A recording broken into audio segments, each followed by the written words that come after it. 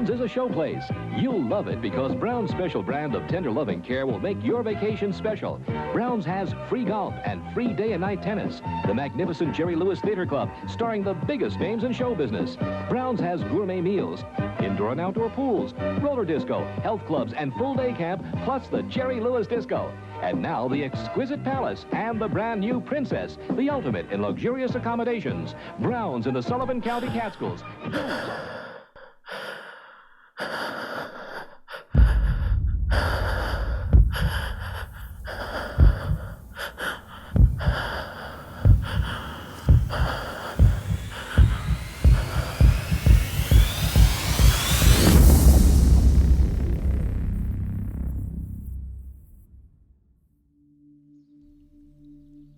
In 1944, Charles Brown, owner of several hotels, purchased the Black Apple Inn from the Apple family for $70,000. Aples had built the hotel in the early 1920s. After making an additional $100,000 in renovations, the 473-room hotel opened as the Charles and Lillian Brown's Hotel and Country Club. The resort became known for its wealthy patrons it attracted, competing against the larger establishments in the area. Without the advantage of having a golf course, the owners concentrated their capital on the finest food and biggest names in entertainment to entice tourists. The hotel's Brown Derby nightclub would book names like comedians Bob Hope, Buddy Hackett, Jackie Mason, Woody Allen, and George Byrne, along with musicians Sammy Davis Jr., Tony Bennett, Harry Belafonte, and Liberace. The hotel also welcomed its share of celebrity guests such as Hollywood starlet Jane Mansfield and boxer Jack Dempsey. During the 1950s and the 1960s, the resort became one of the Catskills' signature hotels. Among the three most popular in the area, along with Grossinger's and the Concord, it was a luxurious establishment known for being family-friendly. As with modern-day cruise lines, tourists were enticed by unlimited food and entertainment at these establishments. Brown's Hotel lured their guests with the slogan, "There's more of everything and a bit of California at your doorstep." The hotel would open in April each year and close in early November for the season. In the summer of 1954, Jerry Lewis arranged for the Brown's Hotel to host the world premiere of his Hollywood film, Living It Up, without telling co-star Dean Martin. An ensuing argument, among other factors, caused America's most popular comedy duo to end their decade-long partnership. The movie ultimately premiered in Atlantic City on July 15th of 1954. For almost 20 years, Brown's Hotel was the host to the annual Lewis Tannen's Magic Jubilee. In 1978, Charles Brown died, and Bob Hope was paid $50,000 that summer to make his sole appearance at the Catskills venue.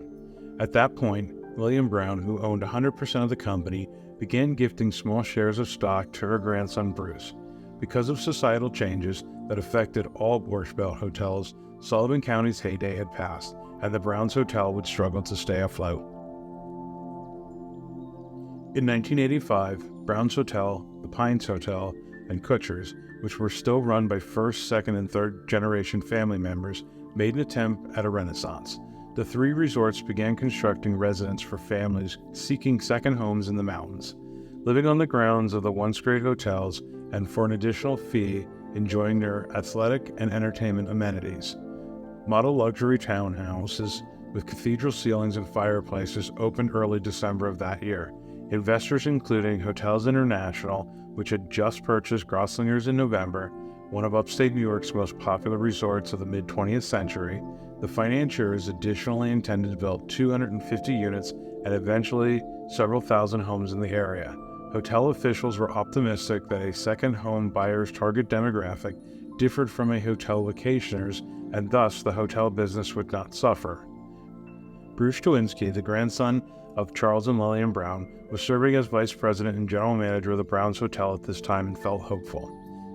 In 1986, suffering from financial trouble, accountant Bernard Lipsky convinced Lillian Brown to step down as president of the Brown's Hotel so that her grandson Bruce could take over. This would give investors the appearance that the company was headed in a different direction.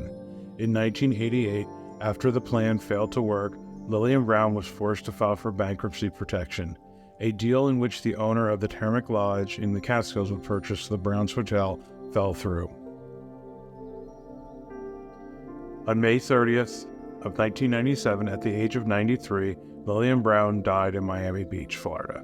A memorial service was held in Monticello, New York, 14 miles south of the old Browns Hotel property. By this time, fewer than 10 of the 926 hotels and resorts in Sullivan and Ulster counties remained. The hotel that had blossomed into a 570-room mountain retreat closed for the season November 11, 1988. It would never reopen. 18 days later, all the buildings on the property were sold at foreclosure auction with 168 acres of land for $5.3 million to a Brooklyn-based Vista Environments, Inc. Renovations finally began in 1997. The resort was converted into the 396-unit Grandview Palace condominiums.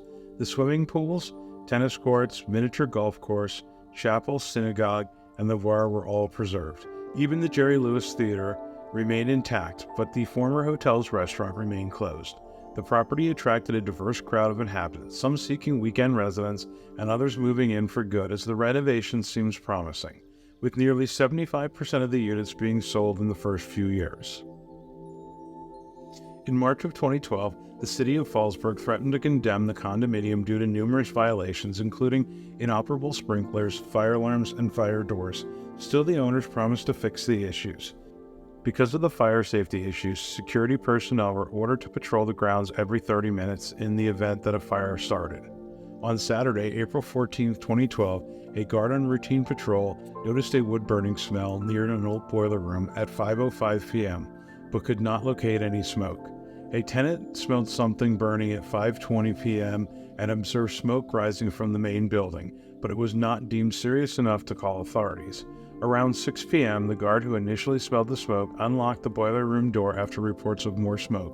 He observed heavy smoke and flames leaping from the room at this time. The initial call came in at 6:06 p.m., but the local fire department, stationed just 1.1 miles east of the condominiums, was closed for the weekend. The Hurleysville Fire Department, 5 miles south of the property, was called into action. The sizable inferno with 20 to 30-foot high flames eventually drew over 43 fire companies and 300 firefighters in what was believed to be the largest fire in Catskills history. The blaze swept through the century-old wooden frame structure, destroying 7 of the 9 buildings of the complex, aided by adjoining hallways between the buildings and fueled by propane tank explosions.